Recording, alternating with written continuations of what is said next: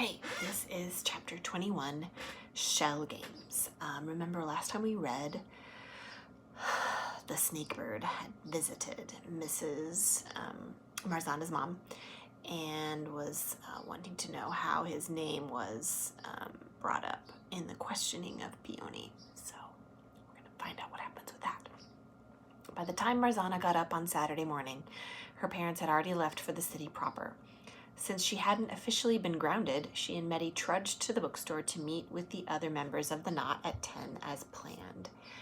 Assuming the rest of them haven't had their social privileges revoked, she muttered to Meddy as they walked down the viaduct stairs. Incoming, Meddy, walking half a pace behind as she busily tied and untied grief knots in one of Marzana's pink shoelaces, looked up just in time to sidestep a little girl heading in the opposite direction. "Nah, I think you guys are all missing a key point. And I think you are forgetting what it's like to have parents capable of yelling at you," Marzana retorted. "I most certainly am not," Meddy snapped. She paused to tug the ends of her knot, unraveling it. "Well, maybe a little, but the key point is this. You didn't actually do anything wrong, you know. Apart from sneaking into my parents' stuff and making copies," Marzana said, "and eavesdropping and lying, sort of, if I'm being honest. Okay, yes, apart from all that, but seriously, we all sat around thinking about stuff, asking questions, trying to make sense of things that didn't make sense. And in the end, what did we do? We went to check on an old lady who might possibly have been sick or hurt, and we found someone who needed help. In the course of which we maybe did a little breaking and entering," Marzana pointed out. "Okay, sure, but in general, I think you could categorize all the questionable stuff as bad choices rather than anything actually dangerous."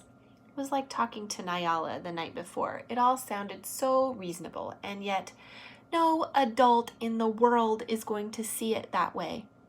"Maybe not. Quit beating yourself up, though. We found someone who was missing. That's a good thing." Marzana said nothing, and after a moment, Meddy took the hint and turned her attention back to the shoelace. "I named us after a structurally unsound knot that is almost totally useless," Marzana thought bitterly. "I got caught up in the sneakiness and forgot to think about what we might actually be good for, which is next to nothing except to be not quite as good as the real thing." "Hey, you," Lucky said as Marzana and Meddy slipped inside the bookstore a few minutes after 10. "Expecting the study group today?" For the second time, Marzana tensed, waiting for Lucky to recognize Meddy as the ghost girl dressed in an outlandish hat and robe from Green Glass House, but they appeared to be past that. As far as the bookseller was concerned, this was just a member of Marzana's crowd. "Yeah, you haven't seen anybody else yet, have you?" Lucky shook her head. "You two are the first. I'll send the rest up when they get here." Meddy decamped for a look at Lucky's role-playing game books until the others showed up, leaving Marzana to hike up to the empty mezzanine alone. She dropped her backpack on the floor, sat in the chair at the end of the empty table, and looked down its length. What was she going to say to everyone? The bells downstairs chimed, followed by Lucky's chipper hello. A moment later, Ciro trotted up the stairs, his backpack over one shoulder and an unopened soda in his hand. His face was weird. His face was happy. It was cheerful. It was maybe even triumphant. "What the heck are you looking so grim for?" he demanded. "Did you get grounded or something?" "No, I didn't get grounded," Marzana said, exasperated. "My parents are furious, but what the heck do you look so pleased for?" "Are you kidding?" He dropped his bag and sat next to her. "What are you talking about?" "We did it," frowned Ciro. "Marzana, we did it. You see that, right? You assembled us to find this girl, and we did it. Yes, we might get in trouble, but honestly, I don't care about that. We found the girl who'd been kidnapped. My mom had a thing or two to say, but look, even she, in the end, only had one real gripe, which is that we didn't call in the adults sooner. She sure as anything didn't object to me giving you my phone." Nyala had said it, Meddy had said it, and now Ciro. Why couldn't she let herself see things their way? Maybe your parents aren't walking around looking at you like you're persona non grata, but mine are. Is that really the problem? He looked at her for such a long moment that in addition to her mounting frustration at having gotten this lecture twice already, Marzana felt herself start to blush. "How is this not how you imagined the situation might go?" he asked finally. "If we succeeded, our parents were always going to find out." "I didn't really imagine how it would go if we succeeded," Marzana admitted, "not after finding her." Maybe that was the part of the problem. Even with her undeniable expertise in imagining a million different eventualities, Marzana hadn't imagined how her parents might react. And then suddenly she realized something else. I don't know if I ever imagined we'd actually find her. I thought my parents would, long before we got anywhere close to her ourselves." The day Marzana had told her about the kidnapping, Nyala had asked if the investigation Marzana was proposing was a game or not. Amelia had asked the same thing. "Of course it isn't a game," she said. "Of course it's real," she insisted. And yet she herself had neither imagined the most obvious outcome, that her parents would be furious, nor accepted the reality that if the point had really been finding Peony Hyde, then getting in trouble shouldn't have mattered. "I've been treating it like a game all along." Cyril smiled, and Marzana had the unsettling idea that he'd seen and understood every thought she'd just worked her way through. "Say it," he suggested. "We did it." "Shut up," she muttered. "You should try saying it. Feels good, man." He grinned. "We did it? All right, knock it off. Let's talk about something else. I guess you didn't find a code in the ransom note after all, huh?" Cyril growled a little under his breath. "Not a code, but then it was never going to be that."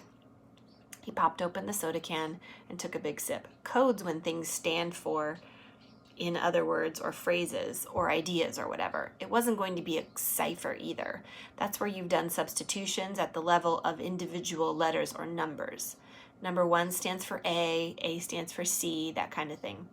In codes and ciphers, you hide the meaning of a message using some kind of key, which you also need if you want to get the meaning out again. But the fact of there being a message is generally pretty obvious. Peony couldn't have done anything like that. First, because she didn't have control over what words or phrases she had to work with. And second, because if it was obvious she was trying to send a message, the kidnappers would never have used that particular note.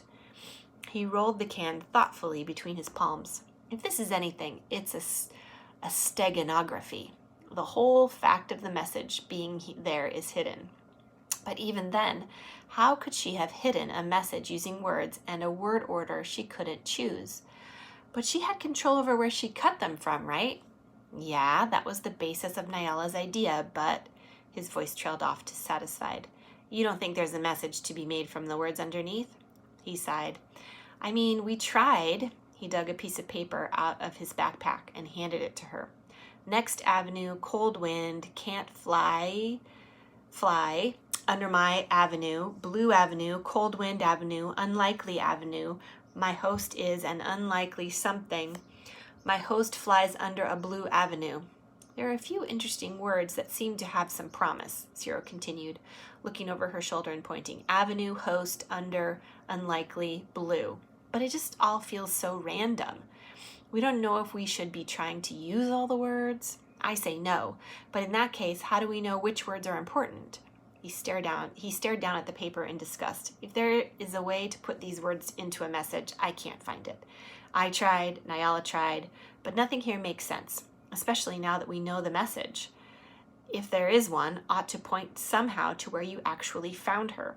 And even if we were to hit on a version that does make a little sense, I'm not sure that means anything, because this whole idea doesn't make sense to me." "You don't have the key," Marzana said sympathetically, "and neither would anyone else who read the note." "No, that's just it. We do have the key. I mean, Nyala's thought, obviously, is that the key is in the book itself, the comic Peony cut the words from, except that's not true. If Nyala is actually right, the message isn't in the ransom note at all. It's in the book, which means the ransom note is the key. But there's absolutely no way Peony could count on anyone identifying the book as the source of her message in the first place.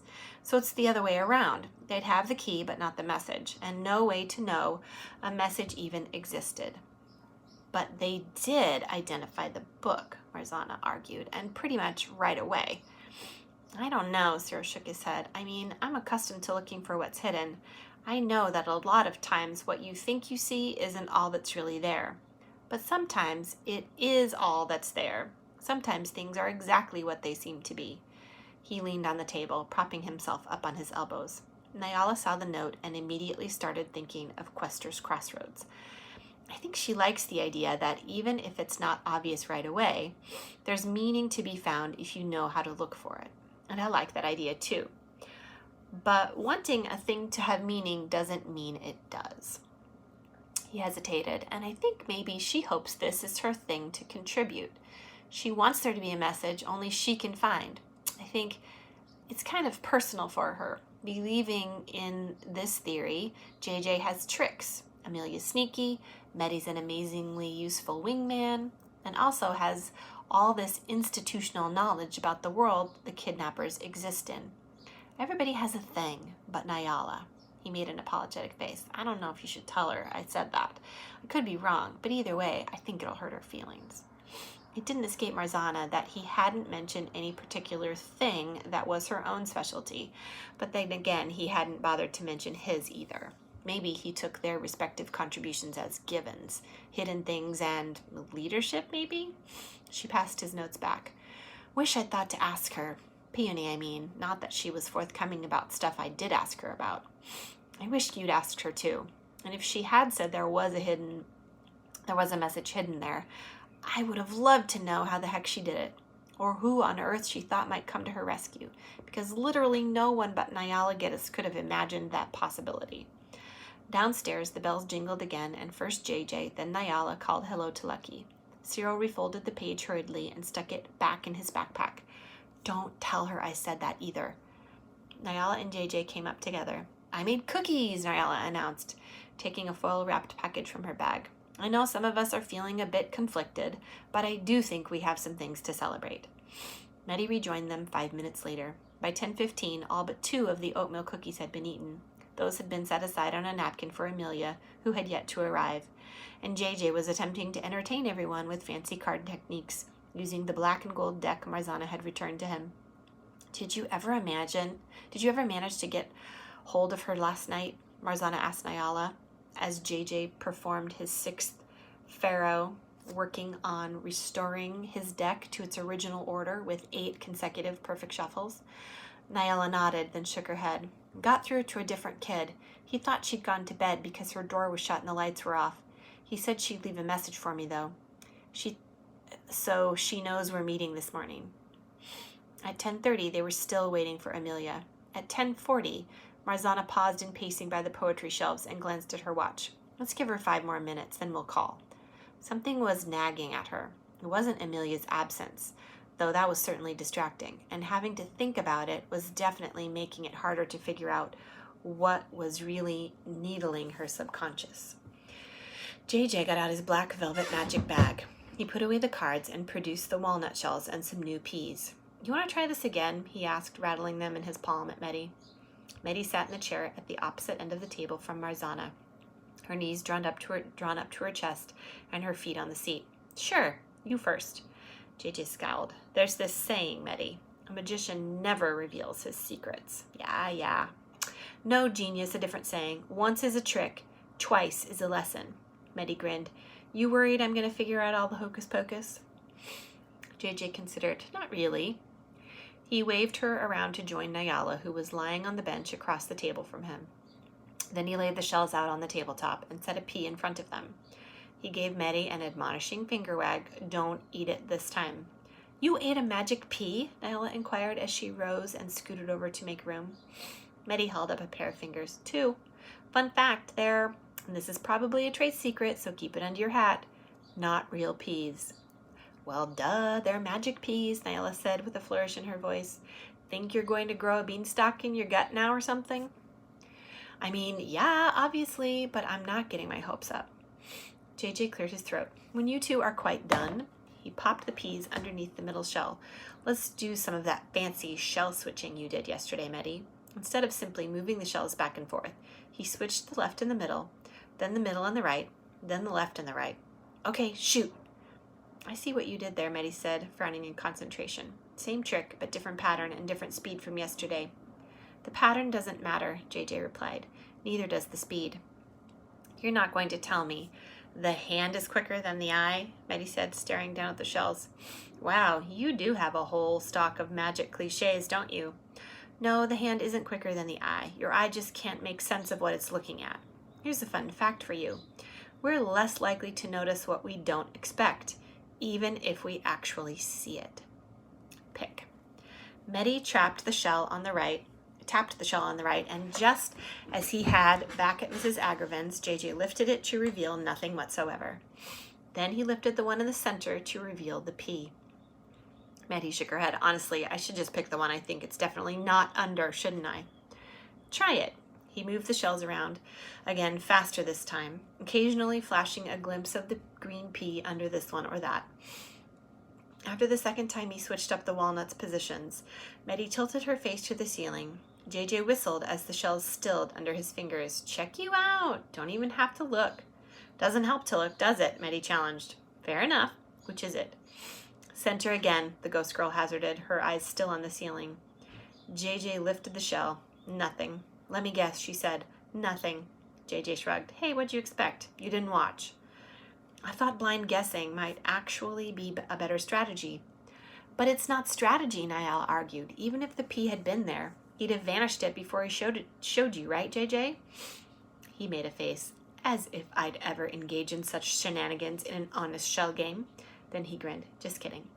There's no such thing as an honest shell game. You mean there's no way to guess right, even if you guess right? Medi demanded. This is baloney.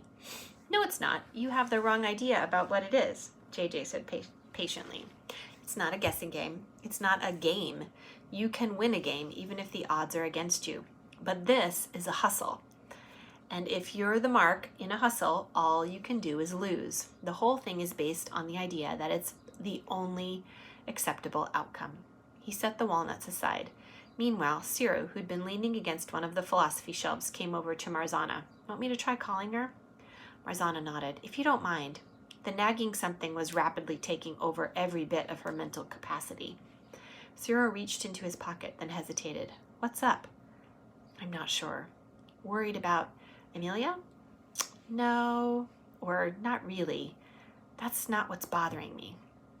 Marzana suspected that Amelia, more than any of them, could take care of herself. If she wasn't there, it was because she had chosen not to be. Most likely she had found her way past the paintings in the library and was somewhere down in the below-ground tunnels. Okay, maybe I should be concerned about that, Marzana thought briefly, and yet she couldn't really imagine Amelia Cabot ever getting lost anywhere. No, this was something else. I don't know, I can't quite work out what it is that's bugging me. Ciro made a sympathetic face. Is it your parents? Parents. What do you mean? Marzana asked. Just guessing. You clearly hate that you disappointed them somehow. Oh, she considered. That wasn't it. And yet, but no. Then she looked sharply at him. You know, I think you started bugging me around the time you and I were talking about the ransom note, but I just can't. She shook her head. Never mind. Call Amelia. Lucky will let you use the store phone, I bet. Nah, Amelia was supposed to be here and she's not. I'm calling this an emergency, even if it's just a potential minor one. Ciro wandered away, pulling the phone from his pocket. At the table, JJ took out a stack of nested silver cups and a trio of red balls. Try this one. Similar, but not quite the same. Plus, the things to keep track of are bigger, so it has to be easier, right? He set the 3 cups in a line before Medi and Niall, then balanced a red ball on top of each. This trick goes back to ancient Roman magicians. Their name for it was acetabula et calculi. He lifted the ball from the cup on the right, tossed it into the air, and made it vanish as he caught it. Then he picked up the right-hand cup and revealed the ball underneath. It goes like this. JJ moved the red balls around, vanishing them with elegant flourishes from under individual cups, from between stacked cups, from his palms and pockets, and from mid-air, then lifting this or that cup again to reveal 1, 2, even all 3 balls. A single red ball placed under the center one became 2 balls, or all 3. Red balls became green balls, then bigger balls, then a ball-shaped chapstick that somehow came straight from Niall's pocket. Then a small oval piece of plastic that turned out to be a 2-stage pencil sharpener. And all the time, the cups and the balls and whatever else turned out to be secretly in play moved in a configuration that was at once simpler than it seemed it should be and more complex than it looked because, of course, as JJ explained, it wasn't the look of the thing that mattered. The pattern that wasn't a pattern was almost soothing. JJ's motions, his patter, it all had rhythm. Rhythm with a purpose. A purpose. The idea lodged like a splinter in her brain, and Marzana was so occupied with it, she almost missed Ciro straightening and waving the phone to his ear. "I've got her," he mouthed. Then he took the phone to the farthest corner of the mezzanine and began speaking in low tones. "Be right there," Marzana replied, and he lifted a hand to show he'd heard. "He's got Amelia on the phone," Marzana reported to the others, who looked up from the table. "She's okay." They were all quiet for a moment listening, but Ciro had stopped talking, and there was nothing to overhear. Meanwhile, the splinter that was the idea of a purpose was jabbing the same spot in her brain as the splinters that were something to do with my parents and something to do with the ransom note message. And then, as her eye passed over the knotted shoelace Meddy had set aside so she could watch JJ's trick, another splinter jammed itself into the same nerve. Something about a knot. She forced herself to separate the four thoughts and try to examine them one at a time. What was it about her parents? Marzana paced to the window that overlooked Hellbent Street and watched the people passing below. "We felt that something was off," her mother had said. "It was too easy finding our way to that building. I don't know how to explain it except that it felt like someone had left a trail of crumbs. Some of them false. We think Rob Ganrider was one of those, and some of them moving us more directly to the next crumb." Her parents had spotted something, a pattern, or a pattern that wasn't quite a pattern, in the mishmash of clues that had led them to Peony. Or no, they hadn't spotted it, but they had certainly sensed it. What had it been, that thing they sensed but had not been able to articulate? A few feet away, Ciro was quietly bringing Amelia up to speed on the events of the previous night. Marzana frowned. Something he'd said. What had it been? The key is the book itself. The comic she cut the words from. Except Ciro had said that was wrong, backwards. So why could she not get that line out of her mind? At the table, JJ dropped the pencil sharpener into his backpack and took 2 of the cups away. "Let's try something simpler while we're waiting." He put a red ball on the top of the remaining cup. "Watch the ball. If you can tell me where it is, I'll buy you a pizza." Meddy lifted an eyebrow. "I don't eat." "You drive a hard bargain," JJ said, plucking the ball from the cup. "Fine." He tossed the ball into the air. Possibly it appeared to vanish right when it left his fingers. "If you can tell me where it is now, I'll not only buy you a pizza, I'll eat it for you too. And I'll even give you a hint." He lifted the cup and showed the empty space beneath. But Meddy had seen something. Her eyes glittered. "It is," she pronounced, "in your left hoodie pocket." JJ's face fell. He came around the table and held out the edge of his pocket, offering it to Nyala. "Here, she won't believe me if I do it."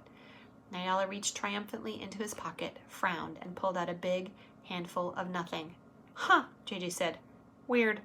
He reached back across the table and lifted the cup. There beneath it, smooshed into a roughly spherical lump, was the foil that had previously held Nyala's cookies. Meddy snatched the foil. "Son of a... Okay, but where's the ball, Houdini?" JJ coughed mildly, took the foil lump from her, and began to slowly pick it apart. At last he peeled open the middle of the crumpled foil. There, against all logic, was the red ball. "Really?" Meddy protested. She grabbed the ball and the sheet of foil and turned both over in her hands. Then she took the cup and had a good look at that too. "Well, yeah." JJ sat on the tabletop with his feet on the bench and watched her examine the props. "They're not gimmicked," he said helpfully. "They're perfectly normal." Meddy tossed the ball into the cup and dropped it onto the table in disgust.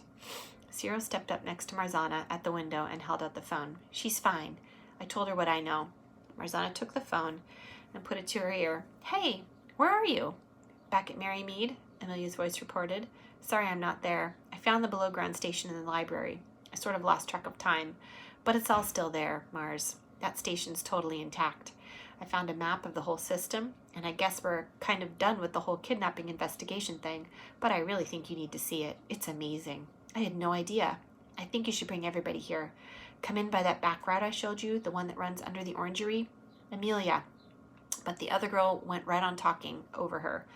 Remember that thing in Saddlery after the main lair blows up in the first book, and then later Cassie, or maybe she's Nell at that point, finds the passage through the sub-basement and discovers there is a whole lair within the lair? It's like that. I'm not kidding. And then, out of nowhere, the memory of a girl's voice drowned out Amelia's uncharacteristically excited speech. I'm up to the 5th book. I'd forgotten about Cassie. Suddenly, Marzana felt certain she almost had it. That thing fluttering just out of reach, the splinter poking at her brain, the pattern her senses could almost pick out of all the noise. Back at the magic show at the table, Meddy was still fuming. JJ patted her shoulder. You think you just have to outguess me, but really, I have 5 ways of making you lose. More. This is just like the shell game. There is literally no way for you to win. Half the time the ball was never even on the table to begin with. Ball was never on the table to begin with. The key is the book itself. Marzana grabbed the nearest shelf with her free hand to keep from losing her balance. Marzana? Hang on, Amelia, I just had an idea, or the beginning of one. Here's Ciro again. She shoved the phone at him and turned away, rubbing her head and thinking. The book. You couldn't read the Saddlery Knot and forget about Cassie. You could maybe forget about her original name. Even Nyala had done that. And that's what she'd thought Peony had meant when she'd been confused about Marzana's reference to Cassie. But what Peony had really said, now that she thought about it, was the main character is different in the later books. Not that she was called something different. Peony had spoken as if she didn't actually know that Cassie and Nell were the same person, which is a mistake you could make fairly easily if, for instance, you'd read only the most recent book. But according to Emmett Seidelbuck, Peony Hyde had been a big enough fan of the series for even her parents to be aware that she was in the middle of the most recent volume. Peony Hyde wouldn't have made that mistake, couldn't have. Following this realization, other voices from other memories began to speak. We're less likely to notice what we don't expect, even if we actually see it. He'll see a reef knot because that's what he's expecting, even if the knot falls apart under his fingers like a reef knot never would. JJ, Marzana interrupted, say that again, what you just said. The magician looked up. The thing about the ball, you said a lot of the time the ball isn't even on the table? Right, well sure, the magician always has control of the ball or pea or whatever, but it's almost never where the audience thinks it is for more than a fraction of a second. I just make you think it is to get you to chase 3 empty shells around for a while. I make you look where I want you to look and see what I want you to see. The audience looks where the magician looks. Meanwhile, the pea is somewhere else until I need to bring it back for the sake of illusion. He grinned at Meddy and Nyala. And here's the mark of how good this trick is. Even now that you kind of know how I'm doing it, you're still going to think you know where the pea is. And you're still going to be wrong every time. Marzana sat down at the end of the table as JJ began moving the cups around again, proving his point. Chase 3 empty shells, she repeated softly. Shell number 1, Rob Gandwriter. Set loose and told to lie low until the right day by someone who knew he'd run straight for his home in the Liberty. Shell number 2, Mr. Otterwell, conveniently maneuvered into a substitute teaching gig in the Liberty only a day after one of his pupils went missing. Shell number 3, Mrs. Agravin, whose unexplained absence made room for Mr. Otterwell and who just happened to live above a below-ground transit station. And then there were Emmett Seidelbuck and the Snakebird. Emmett, who had come to ask for help from Marzana's parents on the assumption that a criminal on the run would go straight for the safe ground of Gamerbun, and with those 3 shells already set into position to make it look as if Peony, the P, must be somewhere in the Liberty. Never mind that, as both Marzana's parents had pointed out at the time, it was almost unthinkable that anyone could smuggle an unwilling captive into the Liberty without someone knowing about it. Only the below ground even made it look possible. But possible didn't mean it was definite, and the Snakebird, whose true name kept popping up in unexpected places, and who had been one more signpost pointing to the below ground, and specifically had pointed her parents toward the station in Whipping Hyde. And suddenly, all the other little pieces came together. Peony not knowing the real identity of the main character of her favorite series, The fact that the kidnappers had gone to the trouble to lure Mrs. Agravin away for nearly a week, but hadn't bothered to construct an explanation for the full duration of her absence, which was guaranteed to eventually lead someone directly to the apartment where they'd hidden the missing girl. The fact that the specific lure they'd used was a cruise that ended before the ransom deadline, and yet they left Peony there to be found.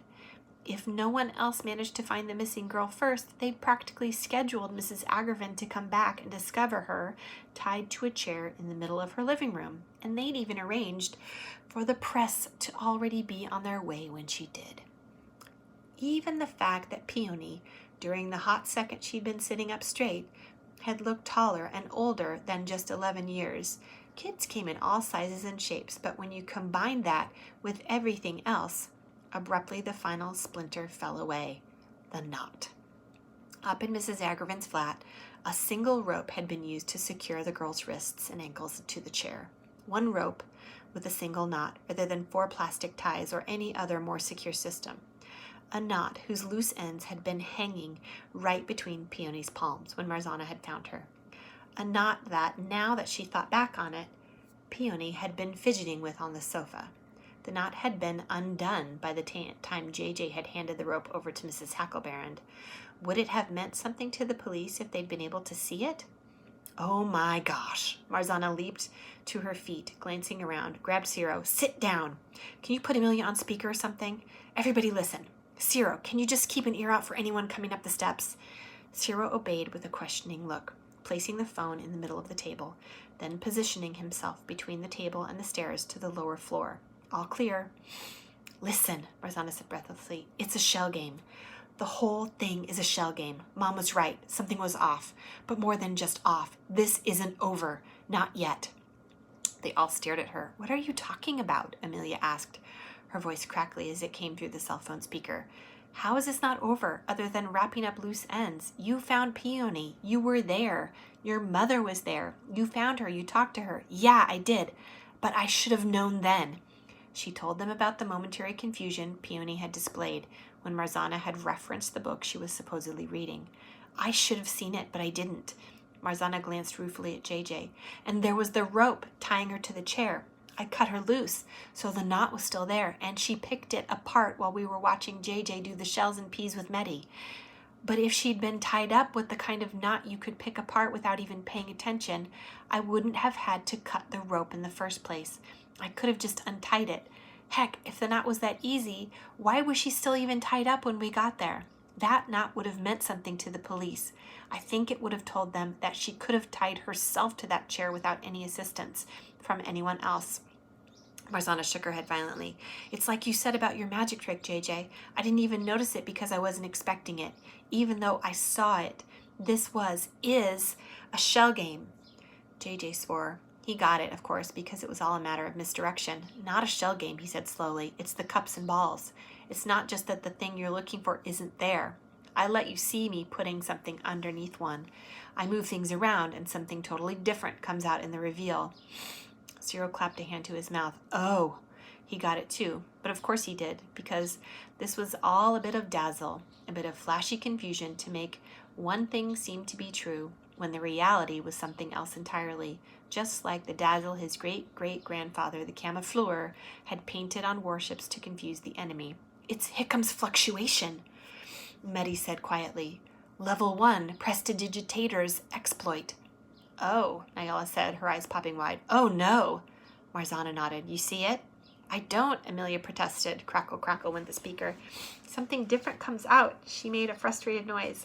I just can't picture you guys passing significant looks around and knowing what Marzana's talking about. And I'm stuck here and have no idea.